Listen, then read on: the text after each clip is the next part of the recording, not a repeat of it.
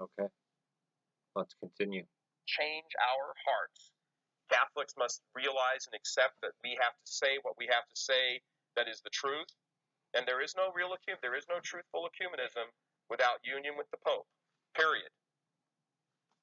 Union with the Pope. The guy who went into a synagogue and prayed in a synagogue and kissed a copy of the Quran, a book which commands the rape, torture, murder, and subjugation of Christians.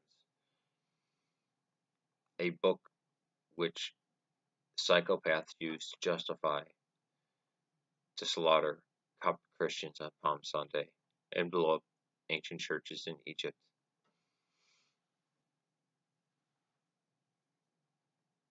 The arrogance.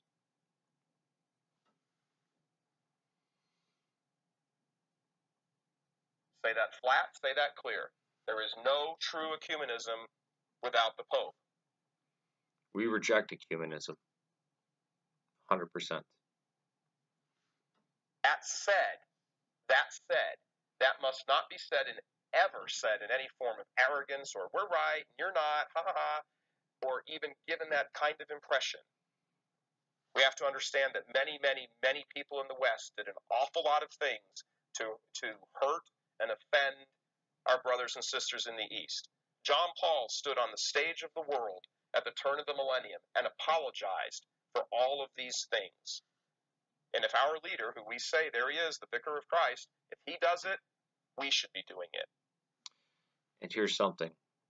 You guys say that our sacraments, well, we don't believe in sacraments, the Holy Mysteries, our baptism, our Eucharist, our confession are 100% valid. Right?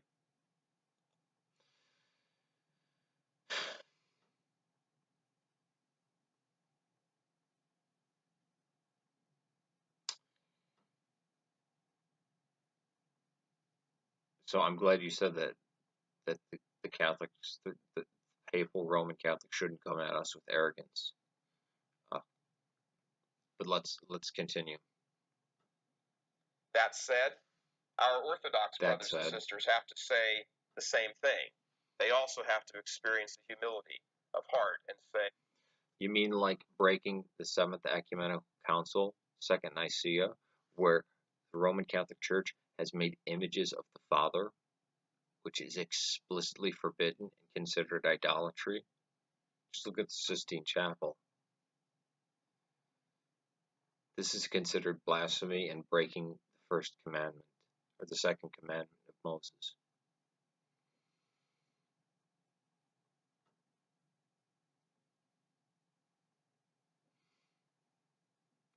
Or adding to the Niceno-Constantinopolitan Creed with the Latin phrase filioque and the Son,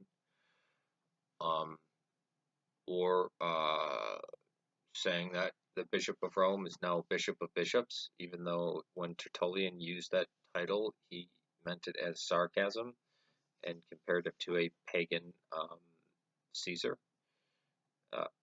So Pope John Paul kissed a copy of the Quran.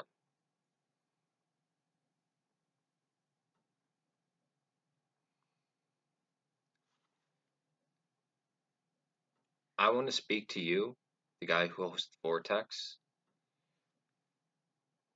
or get your email and send you a list of all those Christians who have been murdered just this year by Muslims, who have been executed just because they were Christian. An awful lot of what's gone on here has gone on because of our pride as well. The larger picture here is not who's right and who's wrong. The larger picture... No, it is. We're right, and we flee from heresy. We neither add nor take. We don't add to the faith nor take away. Is the will... I'm sorry to be so blunt, but that's it. Plus, we don't kiss the Quran, nor do we enter into synagogues.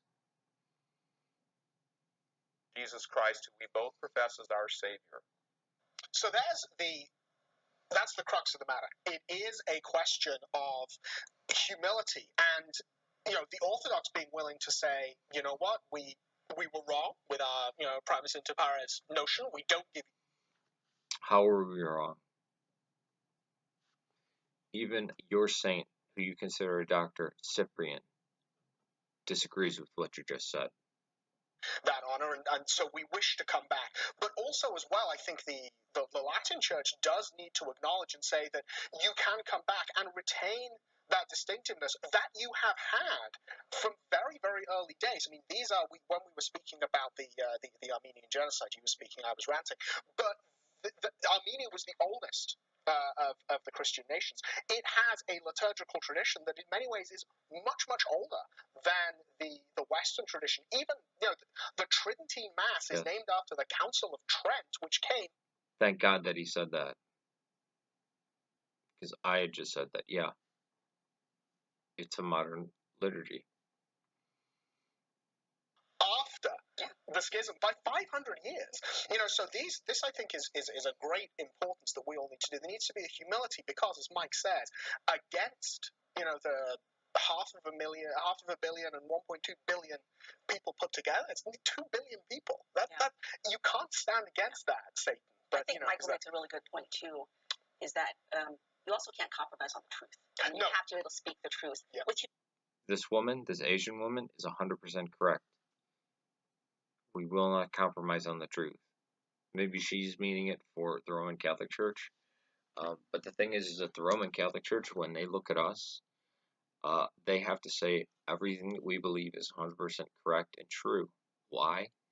Because we haven't changed anything, added or taken away anything. So they practiced what we're practicing right now, 1,500 years ago.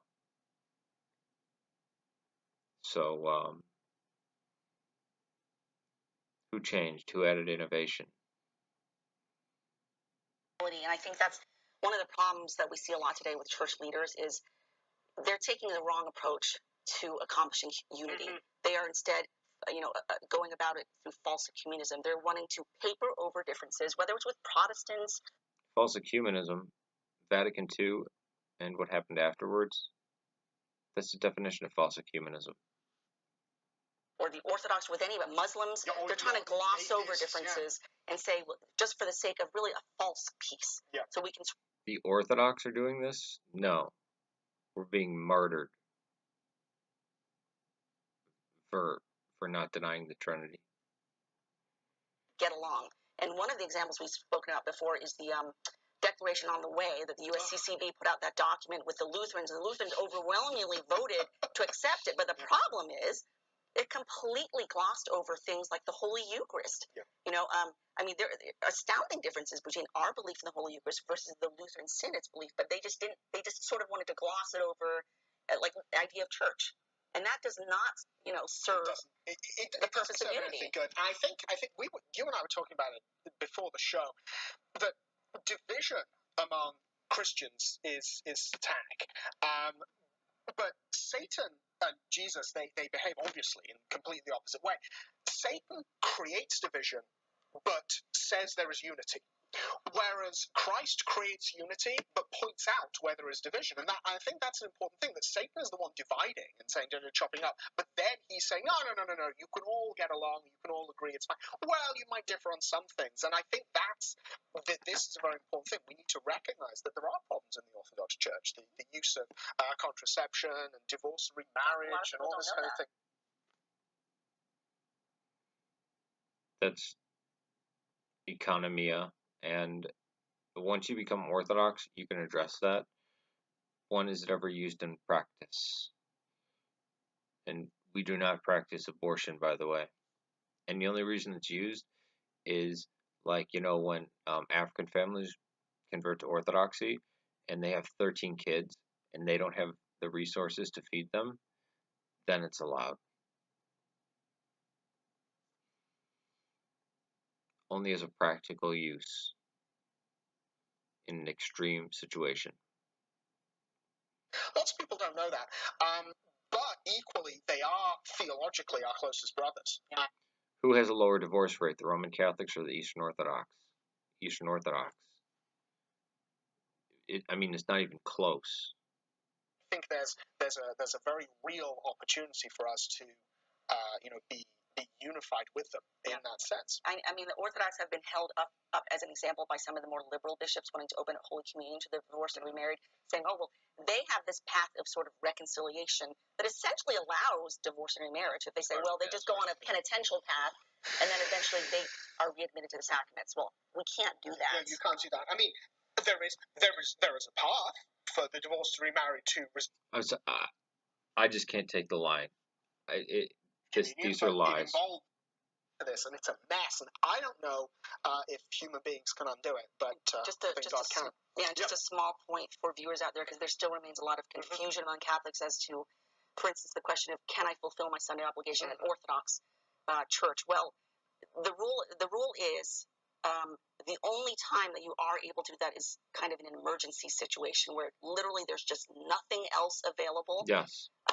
Yes, you can, but that's I mean, they're still in schism. Yeah. So you can't on a regular basis go. Now, the Eastern Catholic Rite, absolutely, yes, it's fully Catholic, but that's different from the Orthodox. And another thing, just out of a sense of politeness, you should not, while you could receive communion in an Orthodox church, it is Jesus, it is the Eucharist, it is confected.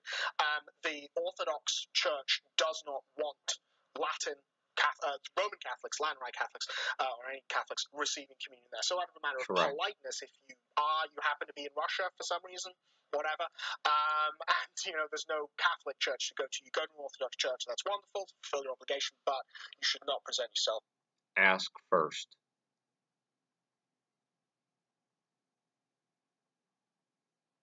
Say, look, I can't find. May I please, and even offer to say the creed without the filioque.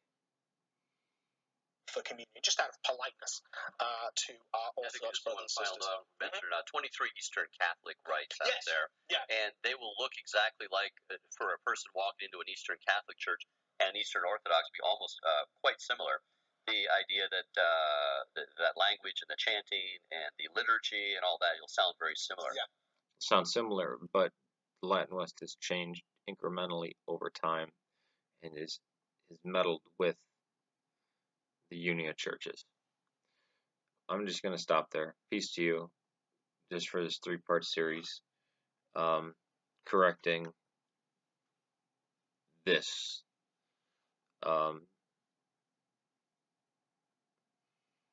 church militant great schism.